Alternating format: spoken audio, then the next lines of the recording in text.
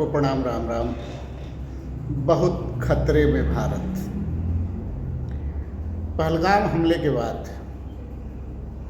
एक सप्ताह हुआ, हमारे एक बीएसएफ के जवान को पाकिस्तान के जवान उठा ले गए।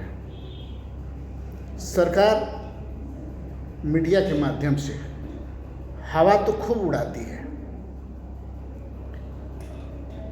लड़ाकू विमान भेजती है, यहाँ तक कि तरह तरह की बातें करती है। पानी रोक लेंगे, भूखों मार देंगे, महंगाई से तार देंगे, बेरोजगारी से मार देंगे, पाकिस्तान को भीख मंगवा देंगे, पाकिस्तान को दिखा देंगे, भारत में मिला लेंगे। लेकिन हम पूछना चाहते हैं कि जो फालतू की मीडिया मोदी जी की वाहवाही करने में लगी रहती है, क्या उससे देश को कोई फायदा होता है? हमने तो देखा है कि टीवी में जो ही मोदी जी का समाचार आता है या फोटो आता है, लोग तुरंत उसे हटा देते हैं। मोबाइल में भी वही हाल है। अब मोबाइल में भी उनका फ़ोटो देखने के लिए तैयार नहीं है लोग इंदिरा गांधी का फ़ोटो खोज खोज के बड़े ध्यान से देख रहे हैं कि यार ये कैसी महिला थी। अंग्रेजों ने तो भारत से एक बेटा पैदा किया जिसका नाम पाकिस्तान था, लेकिन अंग्रेज तो चले गए। 1971 में इंदिरा गांधी, आयरन लेडी इंदिरा गांधी ने पाकिस्तान का भी एक बच्चा पैदा करा दिया जो बांग्लादेश हो गया, और ऐसा सबक सिखाया कि पाकिस्तान त्राह त्राह करने लगा। आज प्रधानमंत्री जी का नाम लोग भूलकर इंदिरा गांधी जी को याद कर रहे हैं। जिस देश का प्रधानमंत्री इतना डरपोक हो, बूढ़ा हो, गृह मंत्री बूढ़ा हो, उस देश का क्या होगा? भारत जैसे देश के लिए भारत जैसा जवान गृह मंत्री, भारत जैसा जवान प्रधानमंत्री होना चाहिए, न कि हमारे भारत इतने महान देश को, ऐसे देश को जिस पर मुगलों ने राज किया, अंग्रेजों ने राज किया, सब लूट कर ले गए, उस देश का बागडोर एक बूढ़े इंसान के हाथ में दे दिया गया, जो खुद पाकिस्तान से थर थर कांपता है, चाइना से थर थर कांपता है, जो खुद हमारे नेपाल से थर थर कांपता है। ऐसे लोगों को अपने भारत का बागडोर देकर क्या हम लोग अच्छा काम किए हैं? क्या भारत का राजा बूढ़ा चाहिए या जवान? भारत की बागडोर ऐसे लोगों के हाथ में चाहिए जिसका सीना आयरन लेडी इंदिरा गांधी की तरह मजबूत हो, जिसके हौसले बुलंद हो, जिसके अंदर जज्बे हो, हिम्मत हो, जो कुर्सी की परवाह किए बिना कुछ मीडिया के माध्यम से उड़ाए बिना पाकिस्तान का बच्चा पैदा करा दे। ऐसी प्रधानमंत्री की जरूरत है। लेकिन हमने आज तक 14-15 प्रधानमंत्री देखा, उसमें किसी की याद किसी को नहीं आ रही है।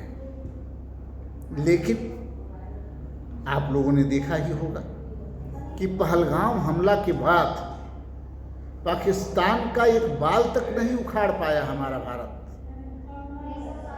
और यहाँ तक कि अपने बीएसएफ को भी नहीं बचा पाया भारत। उस बीएसएफ को भी एक हफ्ते से वो लोग पकड़ के रखे हैं,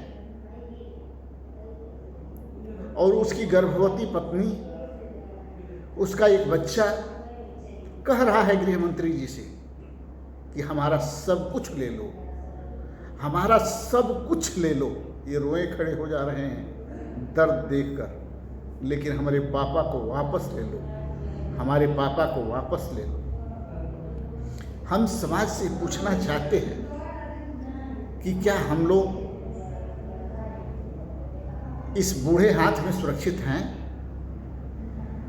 क्या हम लोग इस सरकार में सुरक्षित हैं? ऊपर से लेके नीचे तक, आगे से लेके पीछे तक सिर्फ हिंदू ही हिंदू है। यहाँ तक कि हिंदी अधिकारी भी हिंदू, कर्मचारी भी हिंदू, लेकिन हिंदू को ही दोनों हाथ से लूट रहे हैं और हिंदू को ही अधिक से अधिक मारा जा रहा है और हिंदू ही अधिक से अधिक सताए जा रहे हैं और हिंदू को ही डराया जा रहा है। आखिर हर जगह हिंदू होने के बाद भी 80 करोड़ हिंदू, सिर्फ 25 करोड़ हिंदू से डराया जा रहा है। क्या यह सोचने लायक नहीं है? क्या हमारे देश की स्थिति दयनीय होती जा रही है?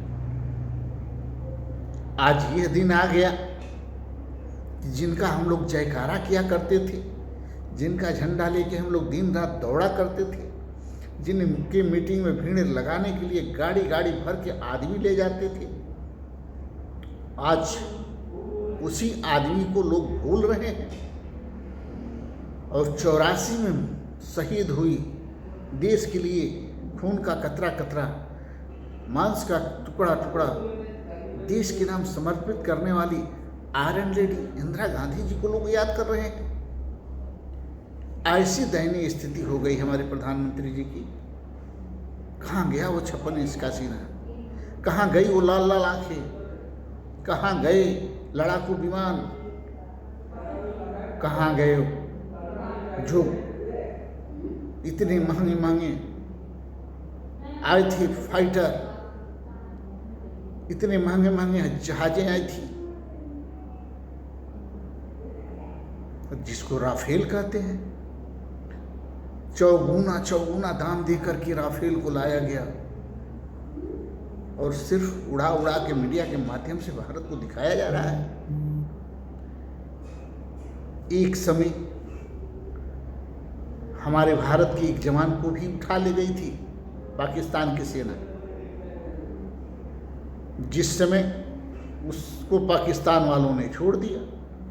उसके नाम पर भी लोगों ने वोट मांगा, पुलवामा हमले के नाम पर वोट मांगा, पुलवामा में शहीद जवानों के नाम पर वोट मांगा, आज पहलगांव के नाम पर वोट मांगा जा रहा है। हम पूछना चाहते हैं कि पाकिस्तान की आबादी बहुत होगी तो उत्तर प्रदेश के बराबर होगी या बिहार के बराबर होगी? जो प्रधानमंत्री जी मीडिया के माध्यम से अपने आप को हिट करते हैं, उस प्रधानमंत्री जी से निवेदन है कि एक बार अगर उत्तर प्रदेश के लोगों को छूट दे दे या सिर्फ बिहार को ही छूट दे दे तो पाकिस्तान के लोगों को लाठी डंडा से मार मार के ख़त्म कर दिया जाएगा। अगर सरकार चाह दे तो सिंधु नदी का पूरा पानी, नदियों का पूरा पानी अगर एक साथ छोड़ दे तो पाकिस्तान बिना युद्ध का ही ख़त्म हो जाएगा, बह जाएगा, तमाम हो जाएगा। न घर बचेंगे, न हथियार बचेंगे, न परमाणु बम बचेंगे, न उनके कोई साधन नहीं बचेगा। यहाँ तक कि प्रधानमंत्री का भी घर बह जाएगा, प्रधानमंत्री का कार्यालय बह जाएगा, मतलब सिर्फ जीरो रह जाएगा, वहाँ कुछ भी नहीं रह जाएगा। तो धमकी देने, मीडिया के माध्यम से अपने आप को चमकाने से अच्छा है कि कम से कम सारी नदियों का पानी ही छोड़ दीजिए। अगर आप युद्ध नहीं कर सकते, अपने बीएसएफ के जवान को बुला नहीं सकते हैं, अपने लोगों को सुरक्षित नहीं रख सकते हैं, तो 370 हटाने से फ़ायदा क्या हुआ? जो देश हिंदू की सुरक्षा के लिए हिंदू की सरकार लाए और हिंदू की सरकार में हिंदू ही सुरक्षित ना हो,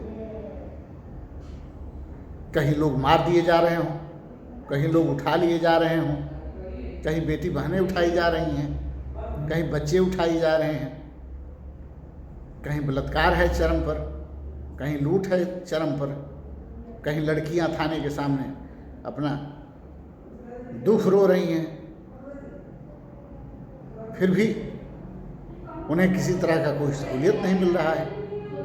लोग अपने लिए तरह तरह की व्यवस्थाएं कर रहे हैं, गुहार कर रहे हैं, उनकी ज़मीनें लूटी जा रही हैं। यहाँ अधिकारी पैसा लेकर दूसरे की ज़मीन दूसरे को, दूसरे की ज़मीन दूसरे को कर दे रहे हैं और उसी में मुकदमा करा कर उलझाए रह रहे हैं। सरकार क्या कर रही है? न पाकिस्तान को सबक सिखा रही है, न अधिकारियों को सबक सिखा रही है, न कर्मचारियों को सबक सिखा रही है। आखिर देश इसी तरह चलता है क्या? देश कितने संकट में है, कभी आप लोगों ने सोचा है? अगर इसी तरह हमारे देश के लोग शहीद होते रहे और उनके नाम पर सरकार बनती रही, तो हमें पूरा विश्वास है कि 11 साल में इतनी मौतें हुई, और अगर इनको कुछ साल छोड़ दिया जाए तो हिंदुओं की संख्या 0 हो जाएगी। डायनासोर की तरह हिंदू भी यहाँ से खत्म हो जाएंगे, उनका अस्तित्व ही मिट जाएगा। क्या सरकार यही चाहती है? जनसंख्या कम करना है तो सिर्फ हिंदुओं की जनसंख्या कम क्यों की जा रही है? अन्य लोगों की जनसंख्या क्यों नहीं की जा रही है? सांसद विधायक नेताओं की जनसंख्या क्यों नहीं कम की जा रही है? सिर्फ हिंदुओं की संख्या क्यों कम की जा रही है? पूछता है भारत। जवाब देना चाहिए मुख्य प्रधानमंत्री जी को। विदेश घूमने से, अपना रोटी सेकने से, अपना उल्लू सीधा करने से देश की सुरक्षा संभव नहीं है। देश की सुरक्षा तब संभव है कि आप आयरन लेडी इंदिरा गांधी जी की तरह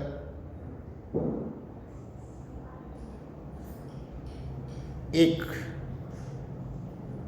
सक्षम प्रधानमंत्री बनिए और पाकिस्तान का एक बेटा और पैदा कराइए। हो सके तो 2 बेटा पैदा कराइए और उसको कई टुकड़ों में बांट दीजिए ताकि वो उसकी कमर टूट जाए, वो कमज़ोर हो जाए। आप भी इंदिरा गांधी जी के रास्ते पर चलकर 1971 की कहानी को दोहरा दीजिए। ये मांगता है भारत, इच्छा है भारत की। इस समय तो हिंदू, मुस्लिम, सिख, ईसाई सब आपके साथ हैं।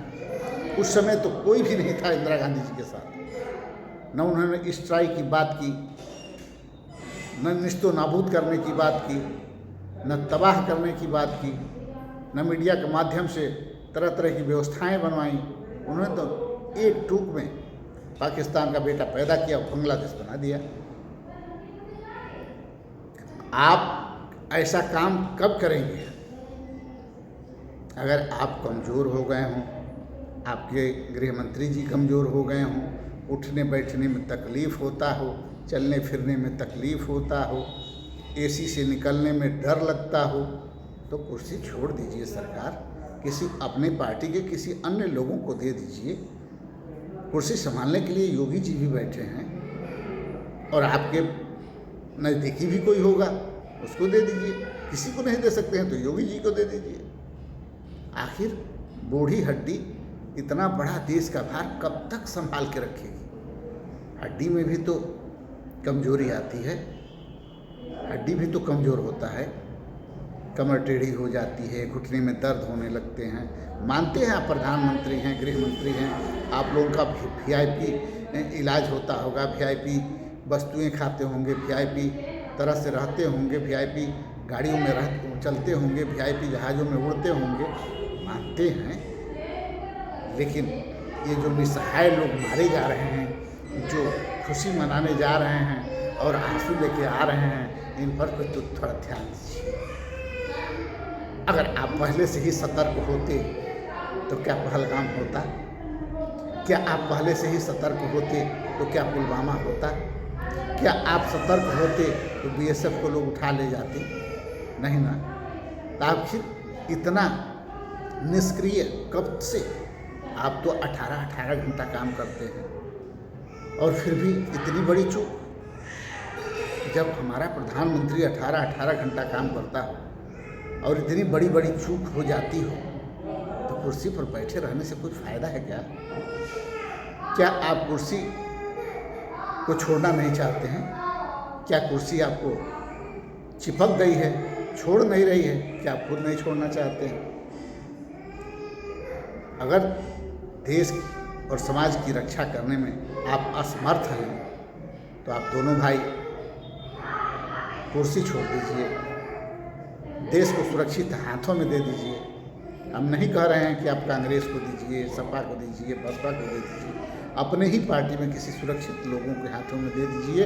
हमारे महाराज जी हैं योगी जी, उनको दे दीजिए, और कोई आपको उनसे भी जवान लगे तो उनको दे दीजिए। हम मना थोड़े कर रहे हैं, लेकिन इतना ज़रूर कह रहे हैं कि अगर आपकी सरकार में सबसे ज़्यादा हिंदुओं की मौत हो रही है, अगर इसी तरह आप 50 वर्ष सरकार में रहे तो हमारे हिंदुओं की संख्या डायनासोर की तरह ख़त्म हो जाएगी और हम लोगों का नामो निशान मिट जाएगा। हम लोग कहीं के नहीं रह जाएंगे।